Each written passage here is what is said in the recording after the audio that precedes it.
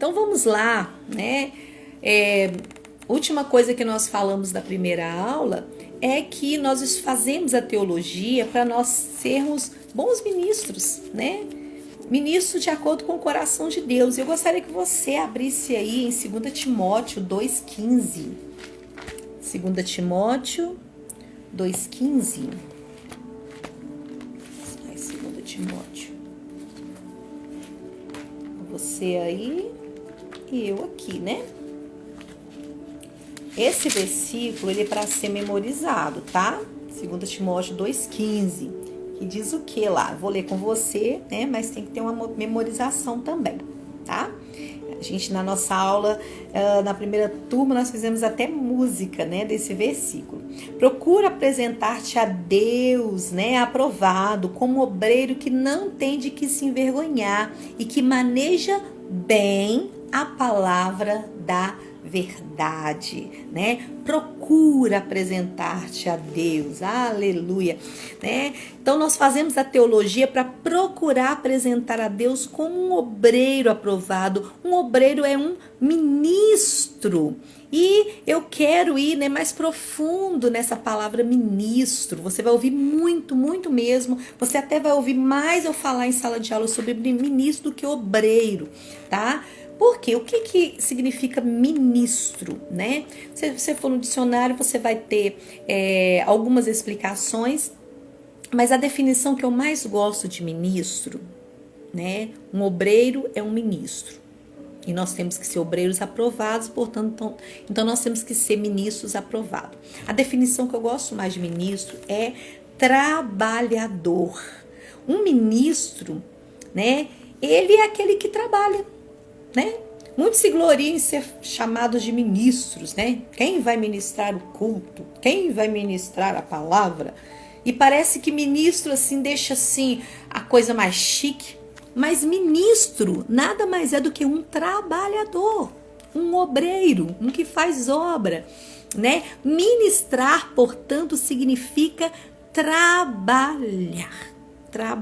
Um ministro do Senhor é um trabalhador do Senhor. Um ministro do reino do Senhor é um trabalhador do reino de Deus.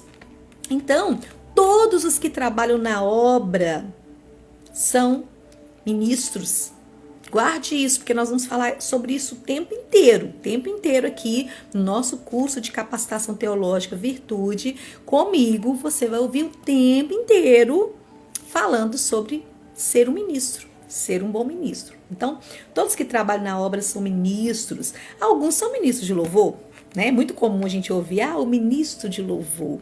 O pessoal falava levita. Mas levita, nós teríamos que entrar aqui no contexto. Levita, né, não é apenas aquele que trabalhava com música, né? Agora a gente não vai entrar nessa questão, mas na frente, bem na frente, nós podemos entrar nesse contexto. Mas muitos, né, tem o ministro de louvor. O ministro de louvor nada mais é do que um trabalhador no louvor, né? Que faz o louvor da igreja. O ministro da palavra. O ministro da palavra nada mais é do que aquele que prega a palavra, né? Seja no altar, seja num grupo, seja numa célula, seja no evangelismo, né? Quem ministra a palavra é um trabalhador na palavra, né? A ferramenta dessa pessoa é a palavra. O ministro de louvor, a ferramenta dele, do ministério dele é o louvor. Outros, né? Ministros de dança, ministros diaconato, né? Que eles realmente trabalham muito, né? Então, guarde isso, ministrar é trabalhar. Todo obreiro é um ministro, todo ministro é um obreiro, um que faz obra, tá? Mas, assim como nas profissões, né, seculares, eu gosto muito de falar isso, assim como, né, aí no mundo ou no dia a dia, nas profissões em geral, tem os bons trabalhadores e também tem os maus trabalhadores, também, né, no reino, na igreja, vamos colocar na igreja, na obra de Deus, tem os bons trabalhadores, os bons ministros, mas também tem os maus ministros. Então a teologia, é para eu aprender a ser um bom ministro, não um mau ministro, né? Um bom trabalhador, não um mau trabalhador. Embora a gente não compare o ministério com uma profissão, muitas vezes nós temos que fazer com profissionalismo, com o zelo de um bom profissional. Só que nós não fazemos por salário, nós não fazemos para receber nada em troca, né? Nós fazemos para agradar o nosso Deus. Então, nós precisamos aprender a ser bons obreiros, bons ministros, bons trabalhadores, tá? Então, essa é a segunda aula, né? Você pode colocar aí, você que está anotando, né? O que é ser um ministro? Esse é o título dessa aula lá no início, lá, antes de eu iniciar aqui esse tanto de coisa que eu falei, você coloca o que é ser um ministro. Essa é a segunda lição, tá? A segunda aula, eu prefiro falar lição, porque nem sempre a gente consegue fechar as lições em uma aula só.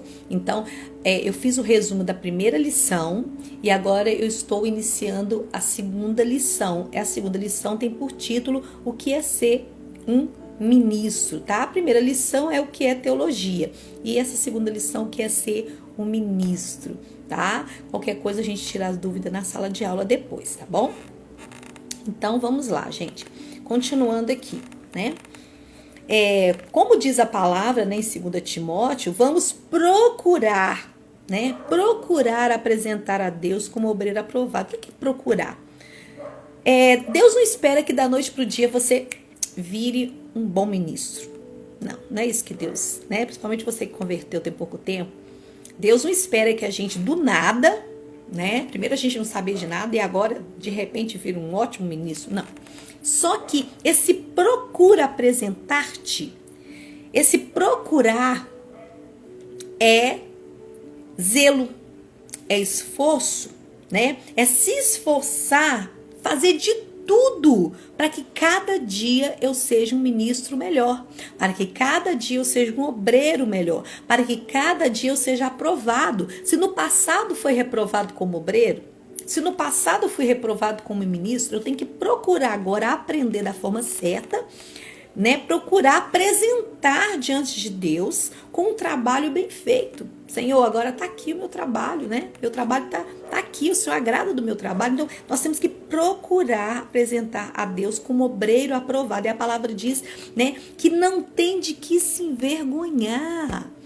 Então, um trabalho relaxado, um trabalho mal feito, traz vergonha para o ministro. Mas um trabalho mergulhado na palavra, um trabalho bem feito, não deixa, né, o ministro ser envergonhado. E vai dizer em seguida, e que maneja, que administra, né, que organiza bem, que sabe falar da palavra, né, que maneja bem a palavra da verdade. O que é a palavra da verdade? É a Bíblia, né?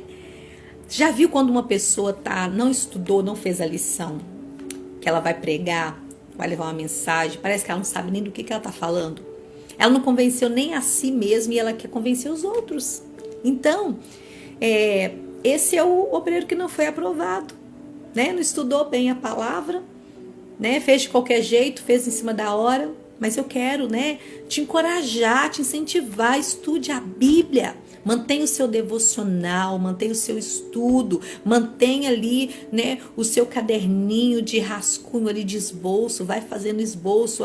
Eu nem sei que dia que eu vou pregar, mas vai fazendo, né? Deus falou com você uma palavra, escreve ali. Eu costumo, né, escrever, ter rascunhos e eu coloco, às vezes Deus coloca algo no meu coração e eu escrevo assim, pesquisar mais sobre isso, pesquisar mais sobre essa palavra, pesquisar mais sobre esse versículo, mergulhar mais nessa palavra.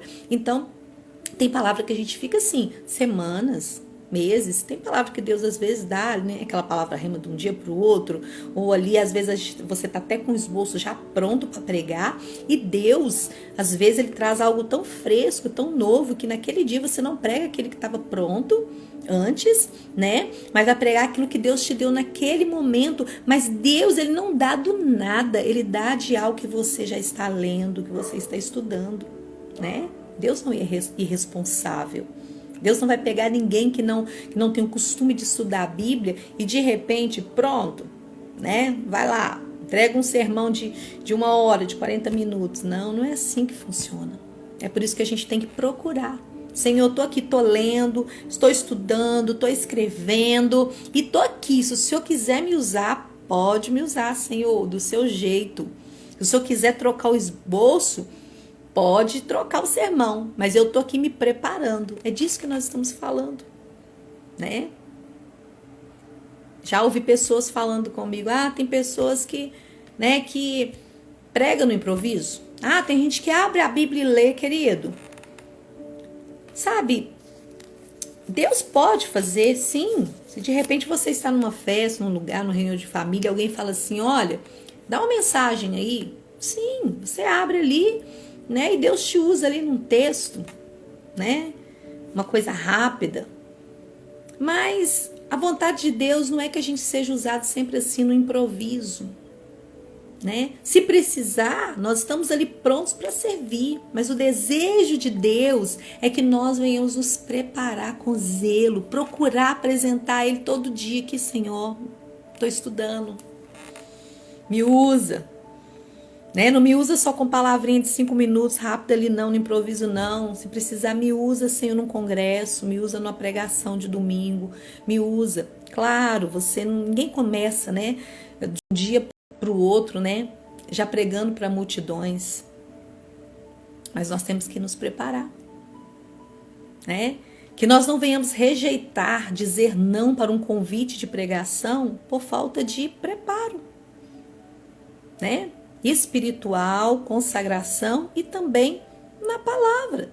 Tem pessoas que oram muito, mas estudam pouco a Bíblia, né? A oração, ela traz o poder, mas a leitura da palavra, o mergulhar na palavra, traz sabedoria. Poder e sabedoria tem que andar junto, né? Tem que trazer o equilíbrio. Então, até para orar, como é que a pessoa vai orar o que ela não sabe nem o que ela vai orar? Porque Deus só vai fazer o que está escrito na Bíblia, sabia? Deus não faz nada fora da sua palavra, da palavra dele. Então, para saber orar certo, de forma assertiva, pedir e pedir bem, não pedir mal, como, né, a palavra fala, né? Pedes e não recebes porque pedes mal. Nós temos que saber da palavra de Deus para nós pedir direito. Tem pessoas orando a Deus, coisas que Deus nunca vai dar, porque está transgredindo a lei do Senhor, pedindo coisas que transgride a lei do Senhor, pedindo coisas que violam, que Deus não aprova, né? Pessoas estão orando porque não lê a Bíblia, porque se lê a Bíblia vai saber como orar.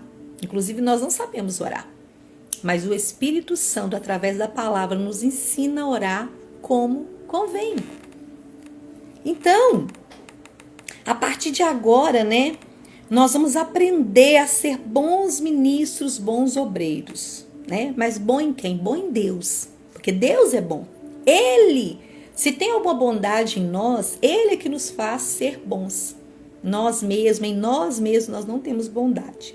Mas com Ele nós podemos, a partir de agora, aprender a ser bons ministros, bons obreiros, fazer da forma que Ele quer, da forma que agrada a Ele e da forma assertiva, né? Que nós alcancemos o objetivo. Porque o objetivo, afinal de contas, é o quê? Primeiramente, agradar o coração de Deus. E através da palavra ganhar almas para Jesus, que também agrada o coração de Deus. Então, vamos lá. Então, primeira coisa, né? A partir de agora eu falei que nós vamos aprender a ser bons ministros. A primeira coisa, coloca aí, né? Primeiro, para ser bons ministros, devemos ser antes de tudo, né? Ser convertidos e batizados. Nós estamos falando de pessoas que querem fazer obra de Deus. Eu conheci pessoas, pasmem vocês, que queriam fazer obra, mas não queriam batizar. E a conversão passou longe, né? Pessoas que querem mostrar o caminho para outras pessoas, mas eles mesmos, né, não se converteram. São os crentes placas. O que é placas, né? A placa de trânsito, por exemplo. A placa indica o caminho, né? Tal cidade, em tantos quilômetros. A placa indica o caminho, mas ela não sai do lugar. A placa fica lá. Os carros vão passando e vão indo para esses destinos, né? Tantos quilômetros, cidade tal, mas a placa ela não sai no lugar. Então tem muita gente que não converteu, tem muita gente que não firmou a vida com Deus e está querendo fazer obra, querendo indicar caminho de salvação para pessoas, e essa pessoa mesmo, né, não está convertida, não está salva, está com sua alma, né, totalmente destruída, caminhando a passos largos para o inferno e muitas vezes achando que está fazendo obra. Mas quando uma pessoa ensina fora da palavra de Deus e sem ser convertida, ela faz um desserviço. É melhor não fazer. Deus usa quem Ele quiser, claro. Ser usado por Deus não significa que está agradando a Deus, que a vida daquela pessoa está agradando a Deus. Sabe, Deus usou a mula, o corvo. Deus usa quem Ele quiser para falar. Mas o correto é que nós sejamos pessoas de Deus, primeiramente, como eu falei aqui, convertidas e batizadas. Antes de querer fazer obras de Deus, antes de querer ser ministros de Deus, precisa se converter, precisa descer as águas, precisa se batizar. Né? No meu curso, por exemplo, tem pessoas que ficam querendo entrar para as turmas e eu pergunto quanto tempo a pessoa tem de convertida, quanto tempo ela tem de batizada, se ela foi desviada, quanto tempo tem que ela voltou, se ela fez discipulado, porque eu já rejeitei muitos alunos, até mesmo pagando dentro de curso de capacitação, porque a pessoa quer fazer obra, quer fazer teologia, mas não é convertido. Então, a gente prega primeiramente com a vida da gente. Como que nós iremos, né, pregar contra o pecado para a pessoa se nós estivermos, né, no pecado? Uma pessoa para pregar contra o pecado tem que ter saído do pecado, tem que estar lutando contra o pecado, tem que estar convertendo. Então vamos lá, o que é conversão, né? Pastora Martinha, você está falando sobre conversão num curso teológico? Pois é, meu querido. Teologia não é bicho de 7 cabeças, não. Teologia tem coisas mais profundas, sim. Tem uma escatologia, paracletologia, cristologia, teontologia. Isso tudo aí, todas essas logias, todos esses nomes complicados que a gente vai desvendando aos poucos aí para você. Mas ela começa simples.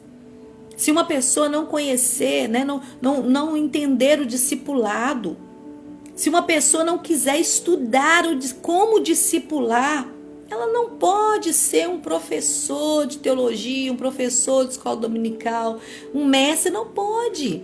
Nós precisamos saber para nós sobre conversão, salvação e tudo mais, antes de nós querermos ensinar os outros.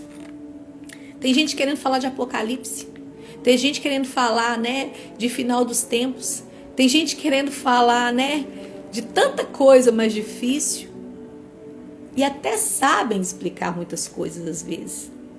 Mas está faltando saber falar o simples e o principal, que é conversão, batismo, salvação, né, confissão de pecados. Então eu vou começar com você do zero mesmo. Porque se você sabe para você, agora você vai saber para ensinar para os outros. Para a ovelha, né, que você pastoreia. Você vai aprender a falar pro seu liderado, do seu grupo, da sua equipe, da equipe de louvor, da escola dominical, né? Então vamos lá. O que é conversão, né? O que é conversão? É o ato ou efeito de converter-se, é mudança de direção. Converter é mudar de direção, né? A gente ouve muito esse termo quando a gente está aprendendo a dirigir, né? Fazer a conversão, mudar de direção. Então, quando um carro, né, está transitando por uma avenida e o motorista decide que precisa mudar de direção, né? Ele vai fazer uma obra E essa manobra de mudança de direção, né? Essa manobra se chama conversão. Ele muda de rota. Conversão significa mudar de direção, mudar de rota. Estava vivendo de forma errada? Estava vivendo todo esculhambado? Estava vivendo fora da vontade de Deus? Estava vivendo uma vida de pecado? Tem que mudar de direção, tem que converter. Tem que ir para Jesus de verdade. Sabe, sem Jesus, todos os homens, sem exceção, estão transitando numa avenida que os levará diretamente para o inferno. Antes de conhecer Jesus, todo mundo indo, né, rumo ao inferno. E aí, quando a gente conhece Jesus de verdade, a gente faz a conversão, a gente muda de caminho. A gente sai do caminho de morte. A gente sai do caminho do pecado, que gera morte. E a gente vai caminhar no caminho que é Jesus. Não é só com Jesus, é no próprio caminho que é Jesus. Estreito, às vezes, né, com algumas dificuldades, sim, mas o caminho certo. Então, antes de mais nada, se você está assistindo esse vídeo, você entrou talvez para procurar essa aula de teologia, você que talvez é meu aluno, se você quer fazer obra, mas você viu que tem coisa na sua vida que você não abandonou, você ainda está no caminho do pecado, da iniquidade, porque iniquidade é saber que uma coisa está errada e assim mesmo continuar fazendo esse erro, cometendo esse erro. Então, se você chegou até aqui agora e você viu que não mudou de direção, agora eu te convido a você fazer uma oração de confissão aí. Converter-se mesmo. Olhar para você, né? Que todos nós possamos olhar para nós e ver, será que eu estou realmente no caminho da salvação? Será que eu estou mesmo com Jesus? Será que não tem pessoas já pregando aí, ensinando, mas que estão tendo uma vida de pecado? Então, a primeira coisa para ser um bom ministro é se converter. Tem gente que é batizado, desceu as águas, mas não mudou de direção. E tem gente que nem converteu e nem batizou, né? Correto é mudar para batizar. Mas tem um monte de gente que batiza e fala, depois eu mudo.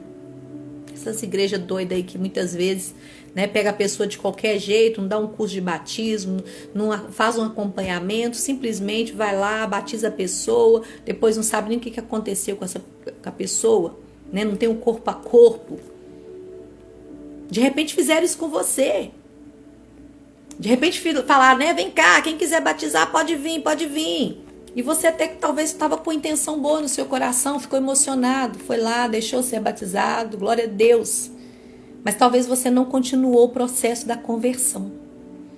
Talvez você não continuou o processo, né, da mudança de direção. E talvez agora, depois talvez até de anos, você agora está fazendo a obra, você está aí até liderando e talvez até pastoreando. Mas talvez você está como aquele crente placa, mostrando o caminho da salvação, mas talvez você, por causa de alguma iniquidade, algum pecado oculto, algum pecado escondido, alguma coisa, alguma prática lá de trás que não foi mudada, você está caminhando a passos largos para o inferno. Ser líder, ser pastor não garante salvação. Nós temos que ser convertidos. Nascer da água e do Espírito. Não só da água, não só ser batizado. Nós precisamos nascer de novo. Necessário é nascer de novo, né?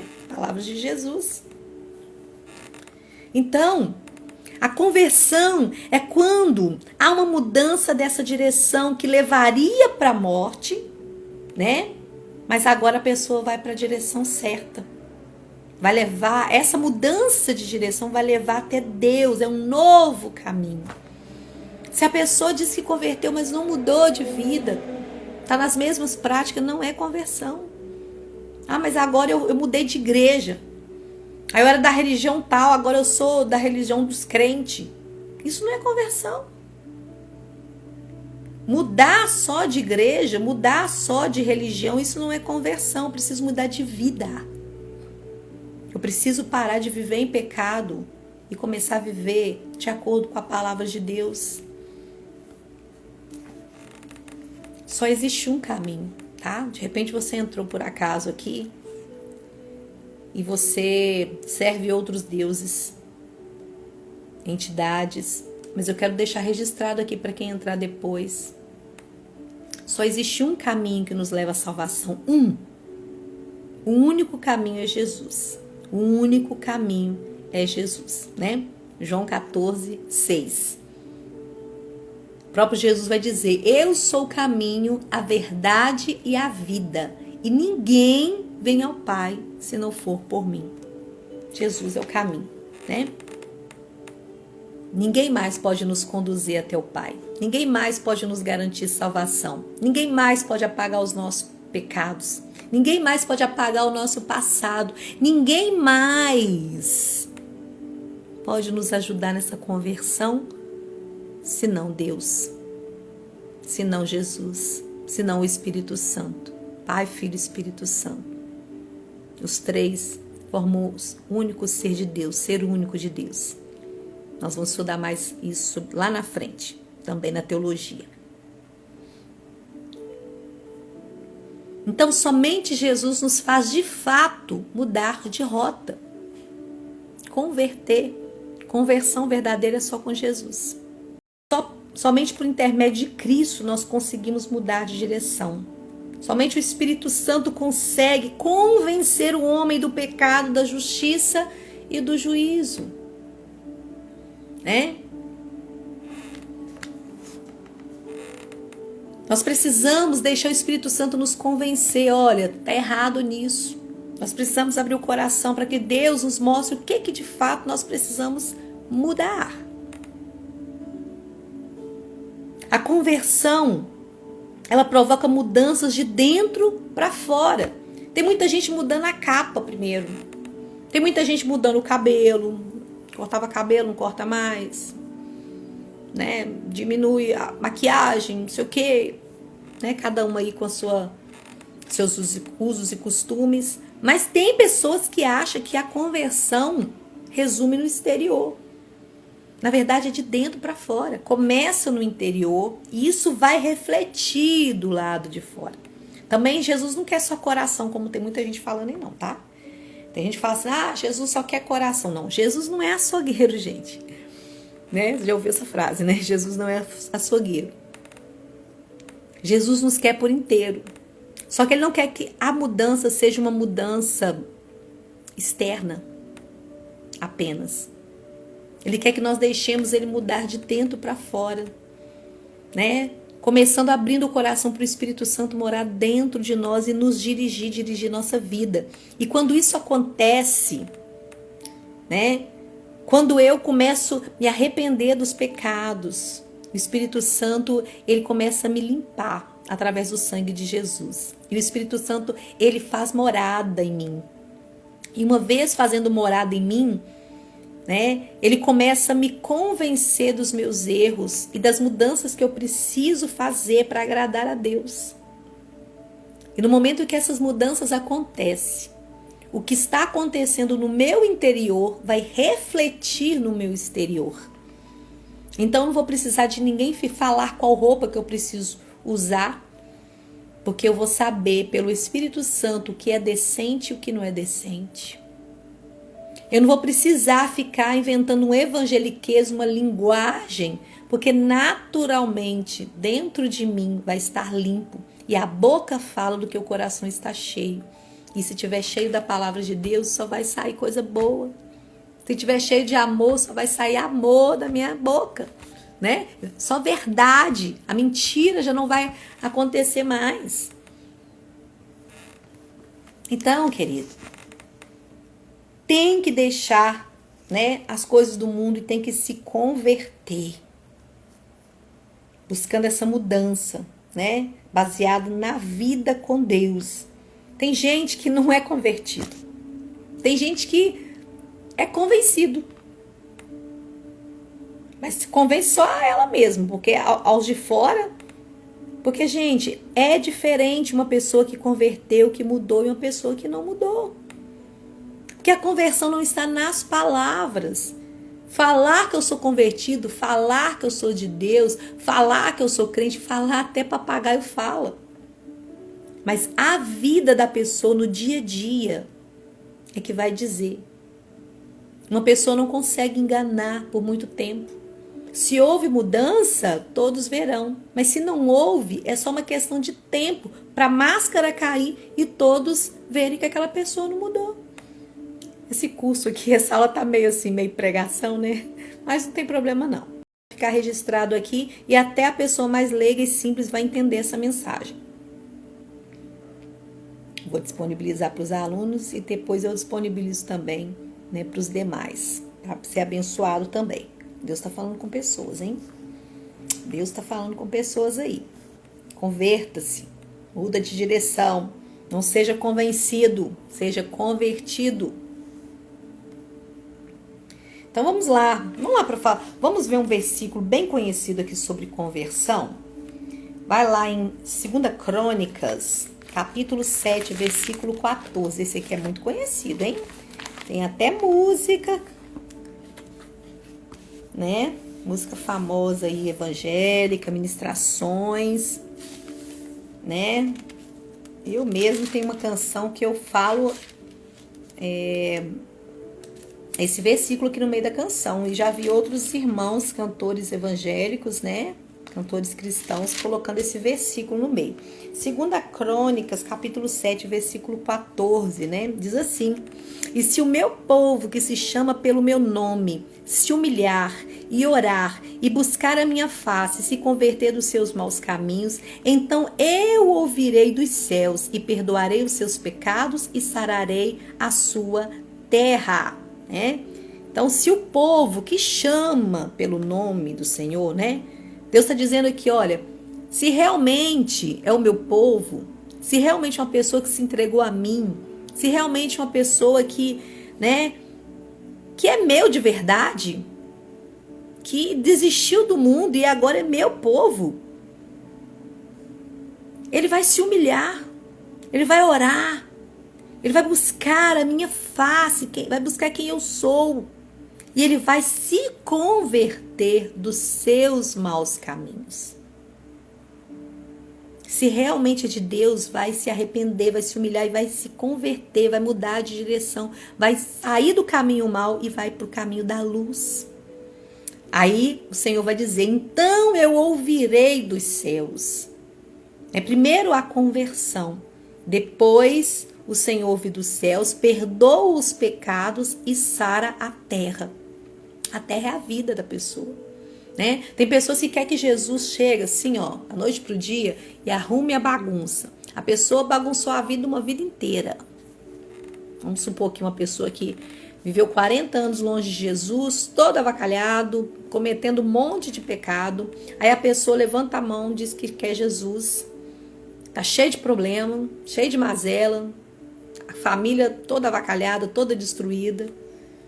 Dívidas, vícios. E a pessoa acha que tem que ser assim, ó. Não estalar de dedo. Não. Primeiro a gente se humilha, a gente ora, a gente busca a face de Deus, a gente se converte dos maus caminhos, aí Deus nos ouve. Perdoa os nossos pecados que foram confessados. E Ele vai sarar a nossa terra, seja qual for a terra.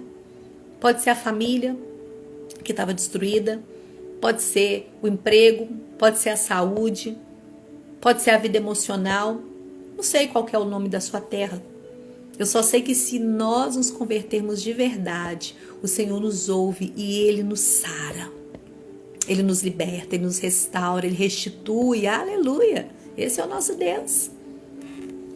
Então anote também esse versículo aí, 2 Crônicas 7,14. É um versículo que você vai usar muito, né? Inclusive nas suas pregações, né?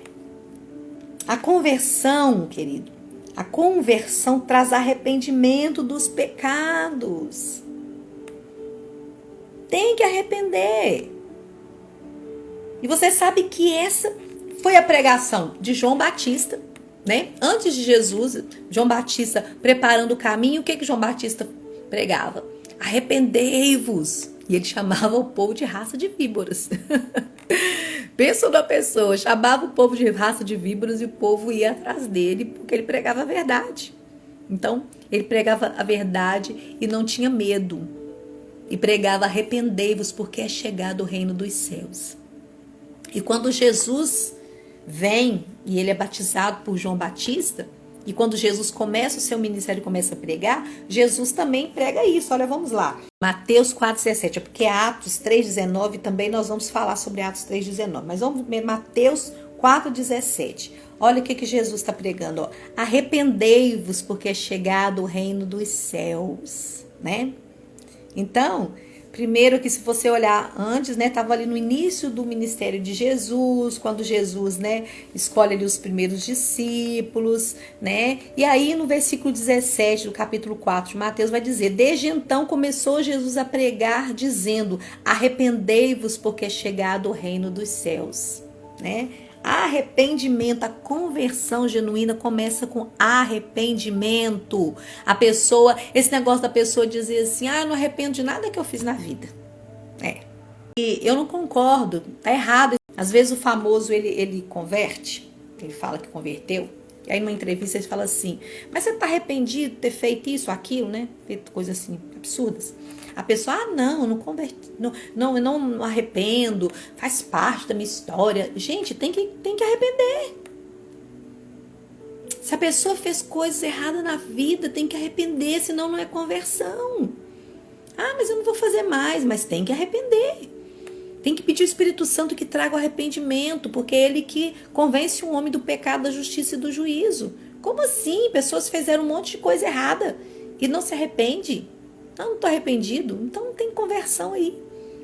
Porque a conversão, ela começa com arrependimento. Vamos ver mais quem falou ali também na sua pregação sobre converter, né? Arrependei-vos, porque é chegado o reino dos céus. Vamos lá em Atos 3,19, diz assim, ó.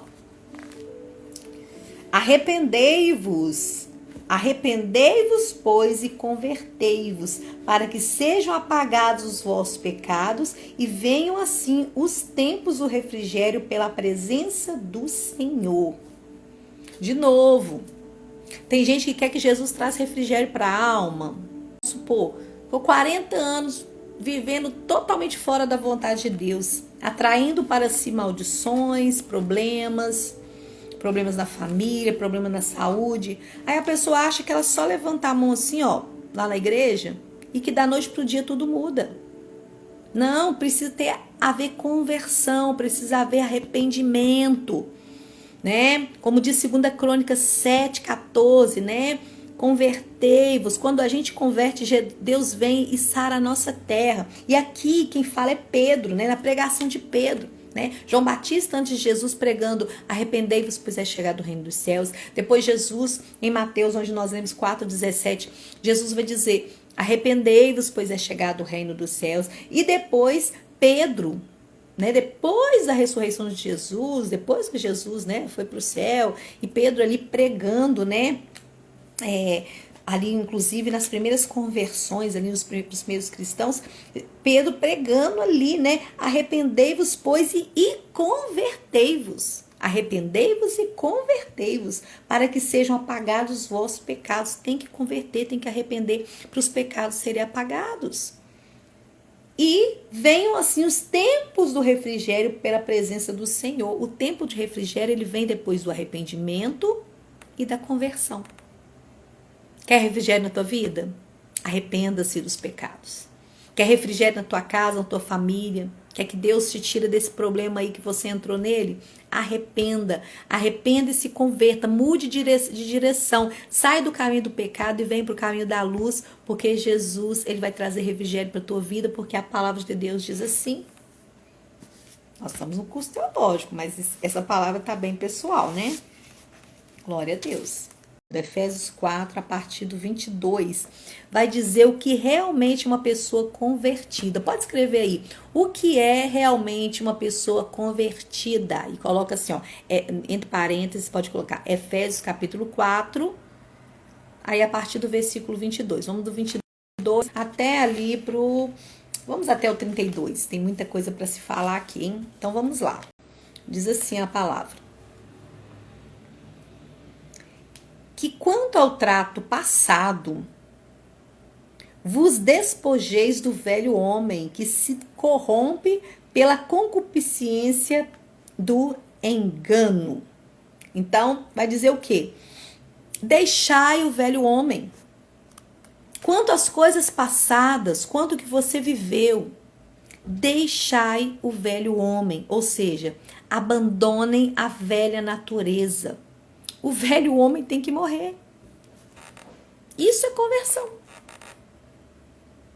Sabe? A velha Martinha, a Martinha que não conhecia Jesus, a Martinha que aprontava, a Martinha que gostava de balada, essa Martinha tem que morrer. Sabe? E tem que nascer a nova Martinha que tem prazer nas coisas de Deus. Então a primeira coisa é essa, né? Aqui dentro, aqui tem muito o que falar nesse capítulo. Deixai o velho homem. Tem gente que tá na igreja e tá com saudade de quem era no mundo. Já viu aquelas pessoas que têm prazer de falar o que elas faziam de errado no mundo? Uma boca cheia. Parece que tem saudade do que fazia no mundo. Sabe? A gente lembra das coisas do mundo só como um testemunho. Mesmo assim com tristeza de como nós fomos. Né? Eu tenho um louvor, ainda não gravei ainda não. Mas que eu falo, quando eu lembro da tua cruz, tenho vergonha do que fui. Então, quando nós somos confrontados pela santidade de Jesus, nós temos que ter vergonha. Não é gostar de contar com a boca cheia o que aprontou, né? O que era garanhão, o que pegava todas as meninas, o que era beberrão, o que era briguento. Não, isso não pode ser visto como algo, né? Como algo, ó, que coisa que eu era. Não, deixai o velho homem. Deixai o velho homem. Despojai, desvista, né? Vai despir, tira nessa roupa de velho homem que se corrompe. Porque o velho homem, ele cada vez vai se corrompendo, mas é necessário nascer de novo. Para Deus, de Deus. Vamos continuar aqui. No 23 vai dizer: e vos renoveis no espírito do vosso sentido. Então, nós precisamos nos renovar. Não podemos ser as mesmas pessoas. Vamos continuar. O 24 vai falar mais coisa aqui. Versículo 24 de Efésios 4. E vos revistais do novo homem, que segundo Deus é criado em verdadeira justiça e santidade. Aí, um novo homem, criado por Deus, não criado da minha forma. Eu não vou mudar de uma pessoa, eu vou ter uma mudança na minha vida. Vou ter uma mudança. Não, não é mudar de ruim para pior ou de pior para ruim. É mudar a maneira de Deus. Né? Tem pessoas que lá no mundo idolatravam músicos mundanos, artistas mundanos, mas quando vem para a igreja, começa a idolatrar pastores, cantores evangélicos. Então não mudou a maneira de Deus, né? Mudou do ruim para o pior.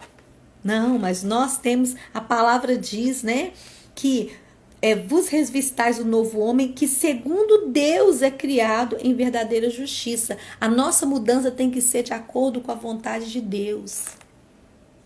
Converter é converter a maneira de Deus. É mudar de direção, saindo do caminho mal, não é indo para um outro caminho mal, é saindo do caminho mal e indo para o caminho do Senhor. Indo de fato para Jesus, vivendo a vida de Cristo. Seguindo o Mestre. aprendendo com ele. Versículo 25 diz assim, ó. Pelo que deixai a mentira e falai a verdade, cada um com o seu próximo, porque somos membros uns dos outros. O verdadeiro convertido, ele abandona a mentira. Fale só a verdade, mesmo que doa. Eu não falei a verdade porque eu não queria magoar, querido. Fale a verdade em amor. A Bíblia fala isso. Fale a verdade em amor. Vai doer, às vezes vai. Né? Mas tem que falar a verdade. A mentira, quem que é o pai da mentira? Quem que é o pai da mentira? A Bíblia diz o quê? Que o diabo é o pai da mentira. Como que pode uma pessoa dizer que é convertida e continuar mentindo? Não tem jeito. Quem realmente é uma pessoa convertida, se falava mentira, agora fala a verdade. Né? Vai falar a verdade. E aí você vai pedindo a Deus aí, Senhor, molda o meu jeito de falar essa verdade, né? Meu temperamento, eu sou uma colérica, né? Dominante, meu temperamento é dominante. E uma das características de um colérico é falar, sim, a verdade, mas na lata, né? Então, eu tenho o tempo inteiro que ficar ali pedindo o Espírito Santo para me dar o fruto do Espírito, né? Da mansidão, do equilíbrio, para que quando eu falar a verdade, eu fale em amor, porque eu sou muito direta, então... Mas tem que falar a verdade. E aí vai pedindo o Espírito Santo para te ensinar a falar da forma correta. Mas mentira nunca. Não minta. Não dê essa brecha para o Satanás. Não dê lugar ao Satanás. Tira a mentira da tua vida. Tem pessoas que acostumam com a mentira. Misericórdia. E tem gente que acha que está enganando. Tem gente que está tão acostumado a mentir que já faz isso tão normalmente e esquece, né? Tem gente que fala com a gente uma coisa hoje e amanhã ela fala outra coisa e nem lembra que falou com a gente uma coisa no dia anterior. Mentindo. Cai em contradição. Tira isso da sua vida. Sabe? O Espírito Santo é o Espírito da verdade e ele habita em nós. Não tem como ter o Espírito Santo e viver uma vida de mentira. Quem mente não tem o Espírito Santo. Quem mente é filho do diabo. A Bíblia que fala isso. Quer converter mesmo? Abandona a mentira. Fale a verdade. Faz um compromisso com Deus. Deus, agora eu só falo a verdade. Me ajuda a falar a verdade em amor, mas eu só falo a verdade. Pronto. Acabou. Sabe aquele ditado popular? Quem fala a verdade não merece castigo? Isso aplica aqui, viu? Vamos continuar. Você está com sua Bíblia aberta aí? Você é estudante de teologia. Não fica com pressa, não. Enquanto eu vou falando aqui, Deus vai te dando palavras, você vai anotando, né? Deus vai te dando outras palavrinhas aí, esboços dentro disso. Olha quanto esboço, né? Sai aqui de dentro de uma lição. Quanta coisa para se falar no altar de igreja, né? Vamos voltar aqui. 26. Irai-vos e não pequeis, não se põe o sol sobre a vossa ira. Irai-vos e não pequeis, não se põe o sol sobre a vossa ira, né? Então, quem é convertido, às vezes fica até aborrecido, irado, mas não peca. O que é isso? É a pessoa, ela fica irritada, fica, nós somos seres humanos aqui, ó, nessas veias. Não passa gasolina, não, passa sangue, a gente sente, a gente se chateia, a gente se aborrece. Só que nós não devemos passar do ponto. Então, quando tiver irado, cuidado com as palavras. Quando tiver irado, cuidado com o que vai falar. Cuidado para poder, né, não falar palavrões. Cuidado, isso é coisa do velho homem. Versículo 27, não deis lugar ao diabo. Por que está ligado ao ireis, mas não pequeis? E não, olha só, ireis, mas não pequeis. Não deixe o sol se pôr sobre a vossa ira. Significa o quê? Eu posso até irar, Mas eu não posso deixar isso virar uma bola de neve. Eu não posso deixar os dias passarem e eu não liberar o perdão. Porque se nós não liberarmos o perdão, se nós ficarmos irados, e mesmo que a gente não falar palavras ríspidas, mas a gente guardar no coração e dormir, deixar o sol se pôr sobre a nossa ira, a Bíblia vai dizer que isso é dar lugar ao Satanás. Então, aconteceu uma situação no seu trabalho, resolva, libera perdão. Aconteceu alguma situação no meio do seu casamento, na sua família, resolva, libera perdão. Marido e mulher não tem que dormir com raiva um do outro, né? Irmãos, pais, mães, qualquer pessoa. Teve alguma situação com o irmão na igreja, manda mensagem, fala, irmão, me perdoa, tô te liberando perdão. Ou então, mãe, eu quero conversar com você. Não pode deixar a ira, né, virar algo que vai desagradar a Deus. Ireis, mas não pequeis. Não deixe o sol se pôr sobre a vossa ira. Não deixe a coisa virar uma bola de neve. Não deixe passando. Não é porque não falou palavras ríspidas que perdoou. Consultou o coração, viu que tem mágoa, viu que tá com raiva. Consultou o coração, viu que, como eu digo aqui na igreja, né? Tá com o coração peludo, não é nem coração preto. Eu falo coração preto, mas não é coração preto mais, é coração peludo. Né? Tá precisando depilar o coração. Tá com o coração aí, cada vez mais, né? Petrificado por causa da raiva. Tá errado. O versículo 27 vai dizer: não deis lugar ao diabo.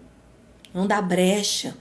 Mágoa é brecha. Uma pessoa convertida, ela não é uma pessoa que vai dormir com raiva. Ela é uma pessoa que perdoa, que pede perdão, libera perdão, né? Uma pessoa que ela é convertida, ela não deixa a coisa virar uma bola de neve. Tem muita coisa dentro de conversão, tá? Tem crente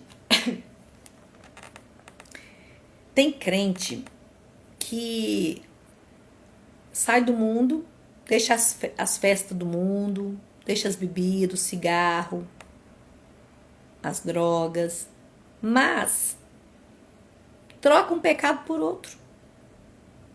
E tem muito crente bom para nutrir raiva e mágoa e ira e ódio. Quantos crentes doentes de alma, gente, porque não perdoa. Eu estou no meu último semestre da psicanálise. Daqui a pouco, quando eu me apresentar, que eu vou me apresentar como psicanalista também. E a gente aprende sobre isso. Doenças psicossomáticas, o que é isso? Doença se começa no sentimento. A maioria das doenças começam no sentimento. Pessoas que não perdoam, pessoas que nutrem mágoa, ódio, raiva, falta de perdão. Isso traz doença. Tá cheio de crente assim nas igrejas. Quantas pessoas a gente ora por elas, né? Cheio de gente aí fazendo obra, deixando o sol se pôr sobre a ira. Cheio de gente aí nos altares, cheio de gente colocando a mão na cabeça de gente, com ódio no coração, com inveja, com mágoa. Cuidado com isso. Pessoas que arrastam meses, anos, décadas, sem liberar perdão. Pessoas que guardam coisinhas, coisonas. Não tem que guardar nada, querido. A gente não está guardando nem dinheiro. Quanto mais guardar, mágoa. Libera. Ah, porque você não sabe o que fizeram comigo. Não interessa, você não quer fazer a obra de Deus? Para fazer a obra de Deus tem que ser convertido. E perdoar faz parte de conversão. É sair do caminho da mágoa, sair do caminho do ódio, sair do caminho da falta de perdão para ir para o caminho de Jesus, o caminho do amor, o caminho do perdão. Pronto. Perdoar não é sentimento, amor não é sentimento, amor e perdão é decisão. Decida amar, decida perdoar, decida liberar. Ainda que essa pessoa pisou no tomate com você. Decida perdoar. Não deixe o sol se pôr sobre a vossa ira, não dê lugar ao diabo. Ainda em Efésios 4, no versículo 28, olha o que está dizendo. Agora sim. Aquele que furtava, não furte mais, antes trabalhe fazendo com as mãos o que é bom, para que tenha o que repartir com o que tiver necessidade. Resumindo, não roube de ninguém. Trabalhe. Não fique com aquilo que não é seu.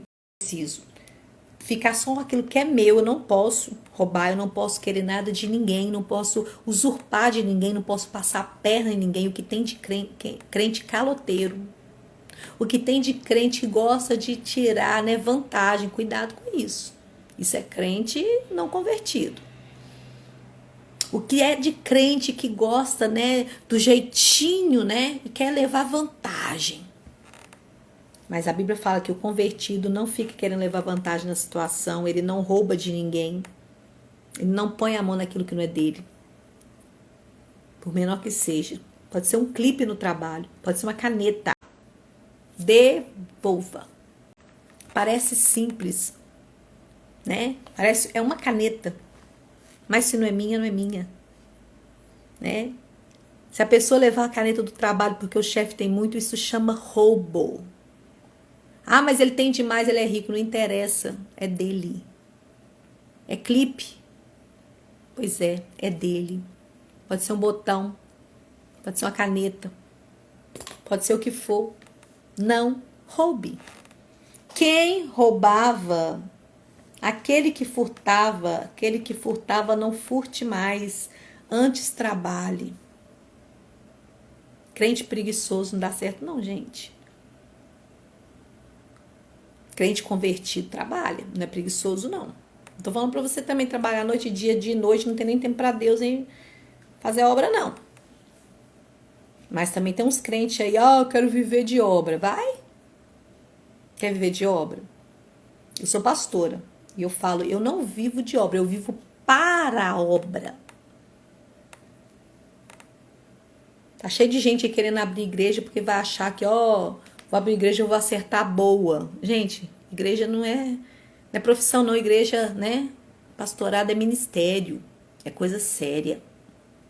Viu? É coisa séria. Tem gente que acha que vai, eu quero ser pregador, eu quero viver da fé. A fé sem obras, ela é morta. Nós temos que fazer obra, trabalhar. Eu acho que eu já falei bastante sobre esse assunto. Trabalhe. E trabalhe para ganhar para você e para ser generoso com as outras pessoas. Porque quem é convertido trabalha, ajuda a obra de Deus e ajuda outras pessoas. Versículo 29. Não saia da vossa boca nenhuma palavra torpe, mas só o que for bom para promover edificação, para que dê graça aos que ouvem, né? Quem é convertido, gente, não tem a boca suja. Quem é convertido não fala palavras torpes, ou seja, não fala palavrões, palavras de maldição, não. Porque eu tropecei aí saiu sem querer. Não, a boca fala o que o coração tá cheio. Se tiver sujeira, vai sair sujeira. Na hora da ira, na hora da raiva, na hora do aperto, vai sair palavrões porque tá lá dentro o palavrão. Mas quem é convertido, né, tem uma boca santa.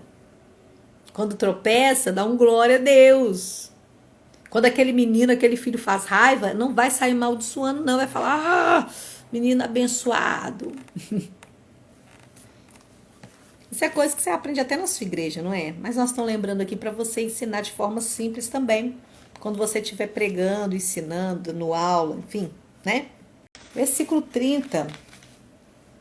E não entristeçais o Espírito Santo de Deus, no qual estáis selado para o dia da redenção, né? Quando uma pessoa fala, né, palavras torpes, palavras malditas, tem comportamentos fora da vontade de Deus, ela entristece o Espírito Santo. Mas um convertido, ele faz de tudo para não entristecer o Espírito Santo. Significa que ele fica pensando, gente, sabe, qual que é a vontade de Deus para minha vida? Eu não quero errar.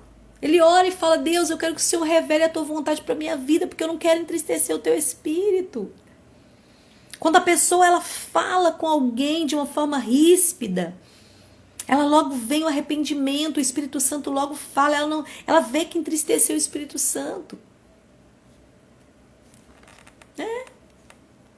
Você que tem o Espírito Santo, você sabe que é assim. Você até falou alguma coisa e de repente, né? Eu tava com a razão, ok. Mas aí quando você chega na sua casa, o Espírito Santo te incomoda e coloca uma tristeza. Aquilo é a tristeza do Espírito Santo. E aí você fala, não, eu não quero mais entristecer o Espírito Santo. E aí você vai lá e pede perdão para a pessoa.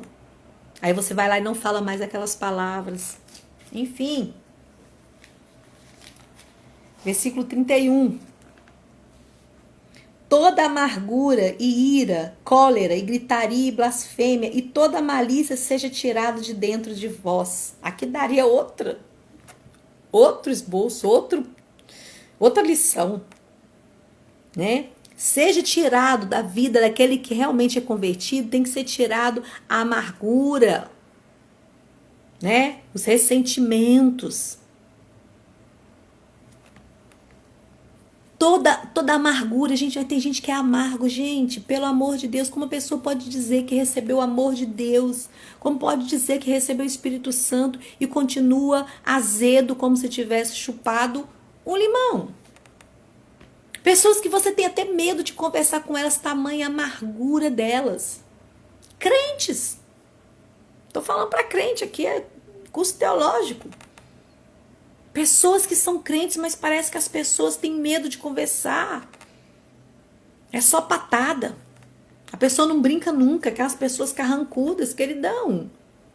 Não vou brincar porque senão as pessoas vão perder o respeito. Não, se você brincar de forma sadia, ninguém perde o respeito por ter um bom humor, por brincar, por conversar. Ninguém perde autoridade, viu? Pastores, líderes, ninguém perde autoridade por brincar com as suas ovelhas. Agora, é lógico, tem que colocar os limites.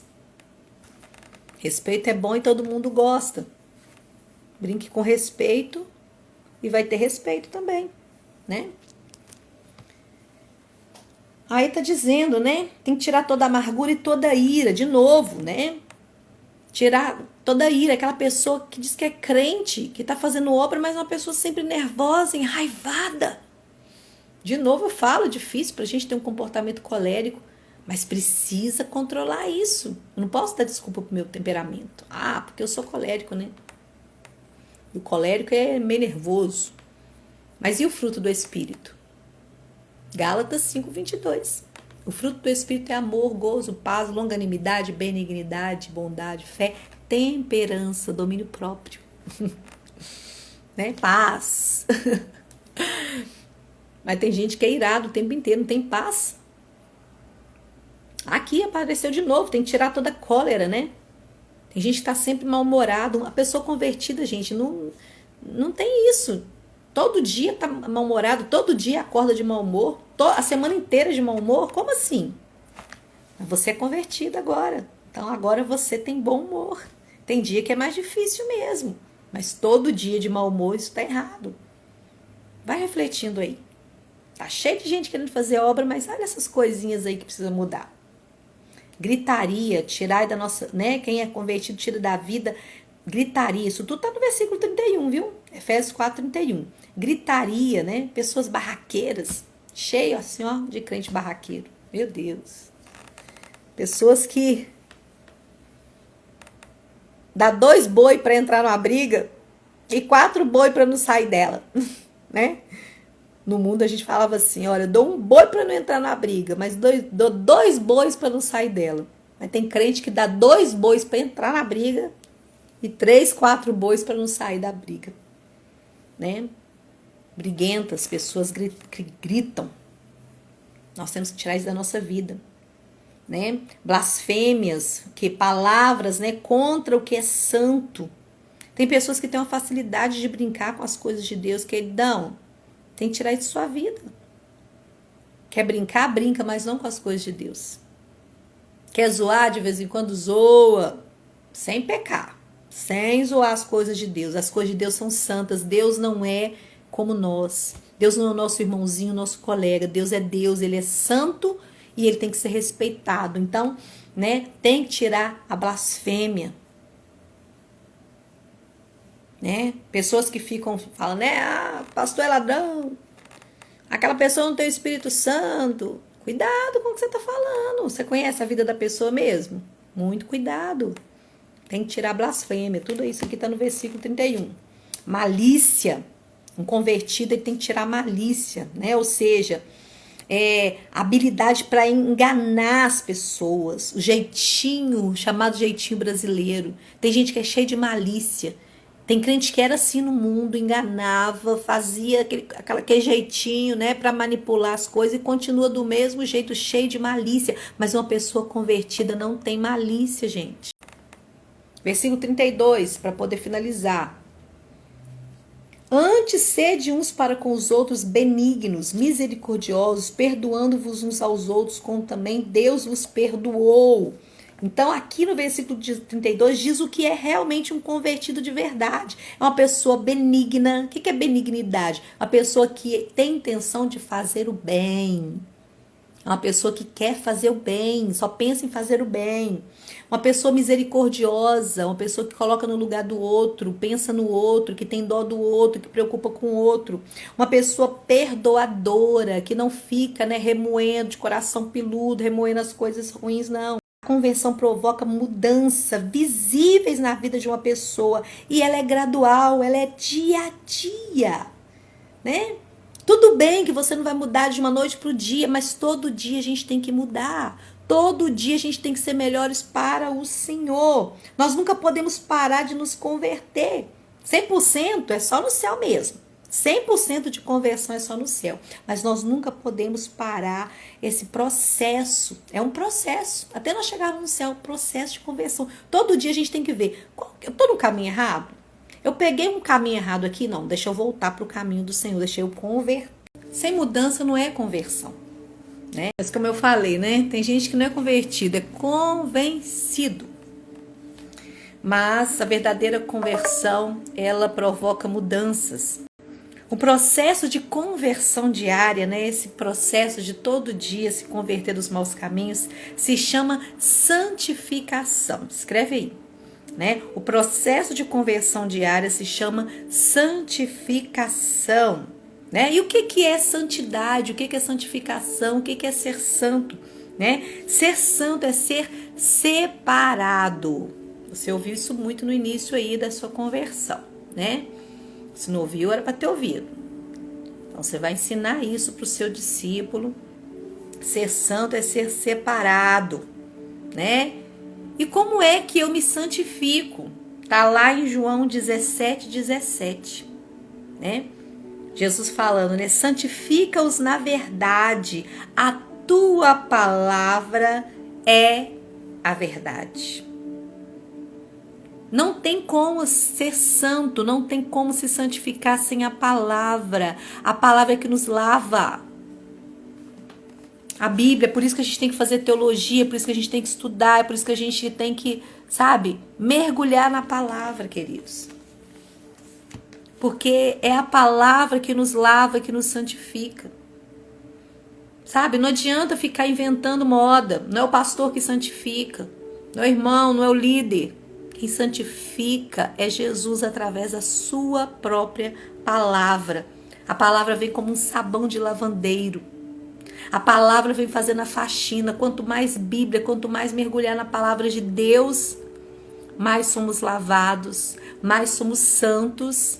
E este processo de santificação, né, é que traz a verdadeira conversão. O processo de conversão diária se chama santificação. Todo dia eu me lavo. Ah, errei. Não pode fechar o dia sem arrepender, sem se santificar, sem se converter, sem mudar, sem se arrepender, sem se humilhar. Ser santo é ser separado do mundo. Todos os dias eu preciso me separar. Se eu passei naquele dia por alguma situação que cheirou pecado, carnalidade, eu tenho que sair fora daquilo. Eu não tenho que voltar no mesmo lugar. Eu tenho que me afastar de tudo aquilo que me afasta de Deus. Eu tenho que me afastar de tudo que desagrada a Deus. O processo de afastar daquilo que desagrada a Deus e me voltar para a palavra de Deus, para aquela que me lava, isso é conversão. Isso é santificação. Todo dia eu me separo para Deus. Todo dia eu me separo das coisas do mundo e fico do lado do Senhor. Esse é o processo de mudança. Essa é a verdadeira conversão.